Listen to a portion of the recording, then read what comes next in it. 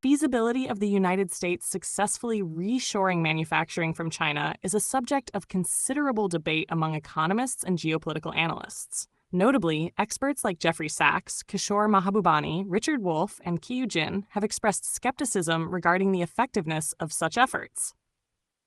Jeffrey Sachs, reshoring as economic miscalculation. Jeffrey Sachs, a prominent economist, argues that the U.S.-led trade war and reshoring initiatives are self-defeating. He contends that these policies harm the U.S. economy more than they impede China's growth. Sachs emphasizes that China's manufacturing capabilities are integral to the global green transition, and that attempts to isolate China economically are misguided. Kishore Mahbubani, the illusion of containment. Kishore Mahbubani, a former Singaporean diplomat and scholar, believes that the U.S. underestimates China's resilience and overestimates its ability to contain China's rise through reshoring. He suggests that efforts to decouple economically from China are unlikely to succeed and may instead harm U.S. interests. Richard Wolff, Structural Challenges to Reshoring, economist. Richard Wolff points out that the structural realities of the global economy make large-scale reshoring to the U.S. improbable. He notes that manufacturing jobs have shifted to countries like China due to lower labor costs, and that reversing this trend would require significant changes in U.S. economic policy and labor practices. Qiu Jin, China's strategic adaptability. Qiu Jin, an economist specializing in China's economy, argues that China's strategic adaptability and commitment to global supply chains make U.S. reshoring efforts less effective. She highlights China's initiatives to reduce tariffs and increase openness, suggesting that these moves strengthen China's position in global trade despite U.S. attempts at decoupling. Conclusion. The consensus among these experts is that while the U.S. may pursue reshoring as a strategic objective, the complexities of global supply chains, economic interdependencies, and China's proactive policies render such efforts challenging. They caution that without addressing underlying structural issues and considering the broader implications, reshoring may not yield the intended economic benefits for the U.S. For a more in-depth understanding, you may find the following discussions insightful. Jeffrey Sachs, here's why U.S. will lose to China. Here's why YouTube/watch. The West is too naive about China. YouTube.com's watch. I don't see manufacturing returning to the U.S. Would you like a YouTube.com/watch? V equals 5. USA can't stop China from advancing. Now, regarding the prospects of the United States reshoring manufacturing from China and the views of notable thinkers like Jeffrey Sachs, Kishore Mahbubani, Richard Wolff, and Qiu Jin. Jeffrey Sachs generally views the decline of U.S. manufacturing as part of broader systemic economic challenges, particularly the result of hyperglobalization and the prioritization of financial markets over industrial development. He acknowledges the geopolitical impetus to reduce reliance on China, but is skeptical that large-scale reshoring can succeed without massive government investment in infrastructure, education, and workforce development. Sachs often advocates for a new global economic order that values sustainability and equity, suggesting that reshoring cannot be achieved through tariffs alone. It requires deeper structural transformation.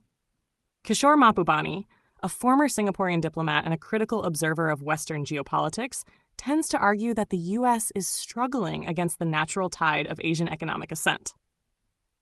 He often highlights that attempts to decouple from China, whether via tariffs or reshoring, are unlikely to succeed fully because of the deep entanglement of global supply chains and the superior efficiency of Asian manufacturing ecosystems.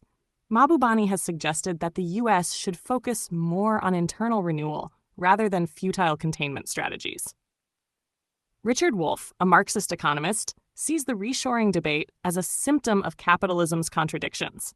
He argues that U.S. corporations originally offshored manufacturing to boost profits by exploiting cheaper labor. Now, he claims, bringing it back would require state subsidies or market distortions, which contradict the very neoliberal logic that led to offshoring. Wolff believes that reshoring efforts will remain limited and largely rhetorical unless there is a major overhaul of the capitalist system in the U.S. Qiu Jin, A Chinese economist at the London School of Economics has a more nuanced view. She acknowledges that the U.S. has legitimate strategic reasons to reduce reliance on China in sectors like semiconductors and pharmaceuticals. However, she argues that China is no longer just the factory of the world, but is moving up the value chain with growing technological prowess. Jin suggests that reshoring might be partially successful for certain high-tech industries, especially with the help of automation, but warns that it cannot be scaled up to cover the full breadth of manufacturing without significant cost implications. In summary, while there is bipartisan support in the U.S. for reducing dependence on China, these experts broadly agree that the effort faces significant obstacles. These include the complexity of global supply chains, the entrenched logic of capital seeking lower costs, the need for major government intervention, and China's continued rise as a tech and manufacturing power. Reshoring may occur in high-value or strategic sectors, but a wholesale return of manufacturing is widely seen as unlikely without deeper systemic change. A heartfelt light. To every soul whose hand did give, you've helped me dream, helped me live. In darkest hours your light came through, with hearts so kind, so pure, so true. Your gifts, like stars in deepest night, have steered me gently toward the light. Each coin, each word, each silent prayer, a thread of hope, so rich, so rare. My eyes once dimmed now seek the skies, and slowly, clearer visions rise. Because of you, I dare to see the world again. Its grace, its plea. Your compassion's flame will not just stay with me alone. It lights the way for others wandering through despair to feel the warmth of selfless care. You've shown what love in action means, in quiet ways through giving scenes. You've built a bridge from soul to soul and made the broken feel more whole. So let this thanks rise like a song, a melody both soft and strong. May your example gently call more hearts to rise to give. To fall into the joy of lifting pain, of planting hope where none remains. Your kindness walks beside me still, a light, a love, a living will.